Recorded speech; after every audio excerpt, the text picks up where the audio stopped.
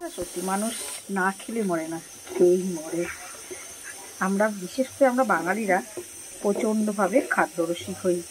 আমরা রোজই আমাদের খাদ্যের মধ্যে তেল মশলা এসব বেশি রাখি, তো সেই কারণে আমরা বেশি ভুগিও, আর আমরা খুব তাড়াতাড়ি ভগবানের কাছেও চলে যাই।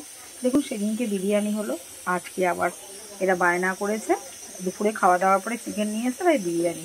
এই যে আমি এখানে ভাত করে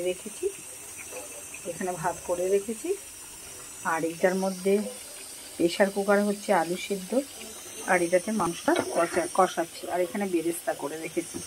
এরপরে এগুলো সব হয়ে গেলে যখন থেকে রেডি করছিলাম তখন থেকে ভিডিওটা দেবো ভেবেছিলাম, কিন্তু আমার কোনো একদমই চার্জ ছিল না, সে কারণে ভিডিওটা আমি দিতে পারিনি।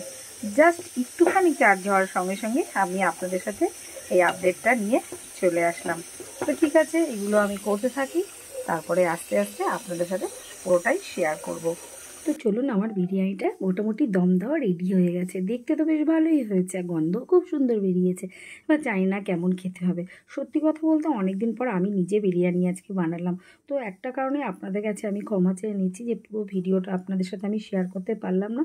তো যতটুকু করেছি ততটুকুই শেয়ার করলাম, আর খাওয়া দাওয়াটা তো করতেই পারলাম না। আমার ভিডিওটা এটুকু, যদি ভালো লাগে একটা লাইক দিয়ে আমার পাশে থাকবেন। সবাই ভালো থাকবেন, সুস্থ থাকবেন। Good night.